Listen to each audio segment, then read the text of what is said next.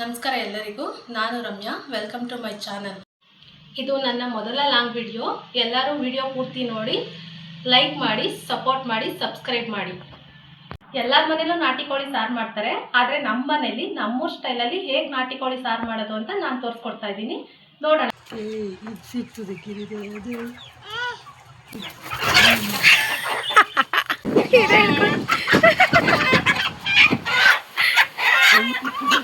ನಮ್ಮನೆ ಸ್ಟೈಲ್ ನಾಟಿ ಕೋಳಿ ಸಾರನ್ನು ಹೇಗೆ ಮಾಡೋದು ಅಂತ ನೋಡ್ಕೊಂಡು ಬರೋಣ ಬನ್ನಿ. ಮೊದಲಿಗೆ 4 ಮೀಡಿಯಮ್ ಸೈಜ್ ಈರುಳ್ಳಿ ಕಟ್ ಮಾಡಿ ಇಟ್ಕೊಂಡಿದ್ದೀನಿ.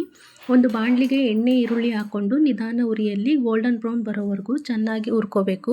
ತಳ ಹಿಡಿದಿರೋ ಥರ ಅವಾಗವಾಗ ಕೈ ಆಡಿಸ್ಕೋಬೇಕು. ಇವಾಗ ನಾನು ಇಲ್ಲಿ 1 kg ಚಿಕನ್ ತೊಗೊಂಡಿರೋದು, ಅದಕ್ಕೆ ತಕ್ಕಂತೆ ಮಸಾಲೆ ಎಷ್ಟು ಬೇಕು ಅಂತ ಹೇಳ್ತಾ ಇದ್ದೀನಿ. ಇವಾಗ ಒಂದು ಜಾರಿಗೆ ಹುರಿದು ತಣ್ಣಗಾಗಿರೋ ಈರುಳ್ಳಿ, ನಂತರ ಮನೆಯಲ್ಲೇ ಮಾಡಿರೋ ಚಿಕನ್ ಸಾಂಬಾರು ಪೌಡರನ್ನು 5-6 ಸ್ಪೂನ್ ಹಾಕ್ಕೊಳ್ಳಿ.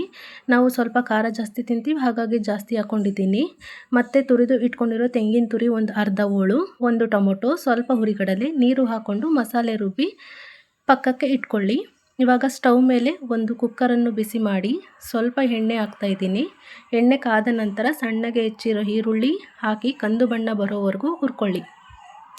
ನಂತರ ಕಟ್ ಮಾಡಿ ಇಟ್ಕೊಂಡಿರೋ ಚಿಕನ್ನ ಚೆನ್ನಾಗಿ ತೊಳೆದು ನೀರನ್ನು ಸೋರಿಸಿ ಹಾಕ್ತಾ ಇದ್ದೀನಿ. ಮತ್ತು ರುಚಿಗೆ ತಕ್ಕಷ್ಟು ಉಪ್ಪು, ಅರಿಶಿಣ ಪುಡಿಯನ್ನು ಹಾಕಿ ಚೆನ್ನಾಗಿ ಮಿಕ್ಸ್ ಮಾಡ್ಕೊಳ್ಳಿ. ಕುಕ್ಕರ್ ಮುಚ್ಚಳ ಮುಚ್ಚದೆ ಅವಾಗವಾಗ ಸೌಟ್ ಆಡಿಸ್ಕೊಳ್ಳಿ. ಚಿಕನ್ ಚೆನ್ನಾಗಿ ಎಣ್ಣೆ ಬಿಡೋವರೆಗೂ ಹುರ್ಕೋಬೇಕು. ಚೆನ್ನಾಗಿ ಹುರ್ಕೊಂಡಿಲ್ಲ ಅಂದರೆ ಚೆನ್ನಾಗಿರೋದಿಲ್ಲ, ಹಸಿ ವಾಸನೆ ಬರುತ್ತೆ. ಹಾಗಾಗಿ ಚೆನ್ನಾಗಿ ಹುರ್ಕೊಳ್ಳಿ.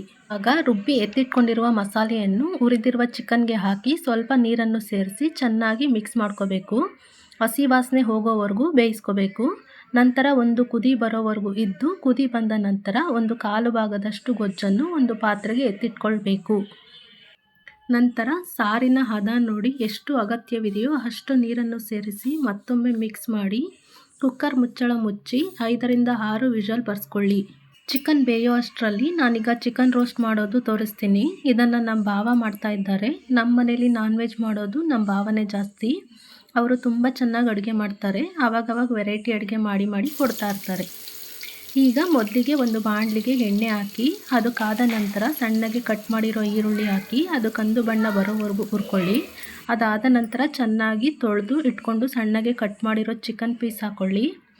ಚೆನ್ನಾಗಿ ತಿರುಗಿಸಿ ಸ್ವಲ್ಪ ಬೆಂದ ನಂತರ ರುಚಿಗೆ ತಕ್ಕಷ್ಟು ಉಪ್ಪು, ಅರಿಶಿಣ ಹಾಕಿ ಮತ್ತೊಮ್ಮೆ ಮಿಕ್ಸ್ ಮಾಡಿ ಚೆನ್ನಾಗಿ ನೀರು ಹಿಂಗು ಹೋಗೋವರೆಗೂ ಫ್ರೈ ಮಾಡ್ಕೊಳ್ಳಿ. 3-4 ನಿಮಿಷ ಆಗುತ್ತೆ.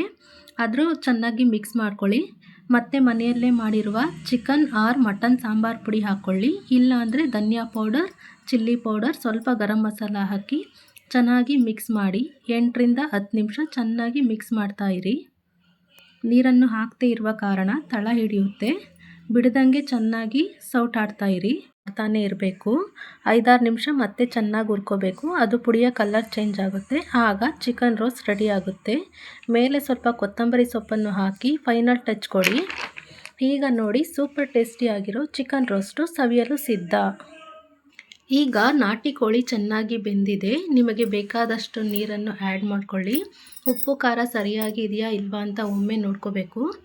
ಈಗ ನಾನು ಈರುಳ್ಳಿ ಫ್ರೈ ಮಾಡಿರೋ ಬಾಣಲಿಯಲ್ಲೇ ಎಣ್ಣೆ ಹಾಕಿ ಸಿಪ್ಪೆ ತೆಗೆದಿರೋ ಬೆಳ್ಳುಳ್ಳಿಯನ್ನು ಜಜ್ಜಿ ಹಾಕಬೇಕು. ಸ್ವಲ್ಪ ಫ್ರೈ ಆದಮೇಲೆ ನಾವು ಮೊದಲೇ ಸ್ವಲ್ಪ ಗೊಜ್ಜನ್ನು ಎತ್ತಿಟ್ಕೊಂಡಿದ್ವಲ್ಲ ಅದನ್ನು ಆ್ಯಡ್ ಮಾಡಿ ಸ್ವಲ್ಪ ಬೇಯಿಸ್ಕೋಬೇಕು. ಬೆಂದ ನಂತರ ಕಾಳು ಮೆಣಸಿನ ಪುಡಿ, ರುಚಿಗೆ ತಕ್ಕಷ್ಟು ಉಪ್ಪು ಸೇರಿಸಿ ಕೊತ್ತಂಬರಿ ಸೊಪ್ಪನ್ನು ಸೇರಿಸಿ ಮತ್ತೊಮ್ಮೆ ಮಿಕ್ಸ್ ಮಾಡಿಕೊಳ್ಬೇಕು. ನಂತರ ಸಾರಲ್ಲಿರೋ ಚಿಕನನ್ನು ಜಾರಿಯಲ್ಲಿ ತೆಗೆದು ಮಾಡಿಟ್ಕೊಂಡಿರೋ ಗೊಜ್ಜಿಗೆ ಆ್ಯಡ್ ಮಾಡಿ ಮಿಕ್ಸ್ ಮಾಡ್ಕೋಬೇಕು.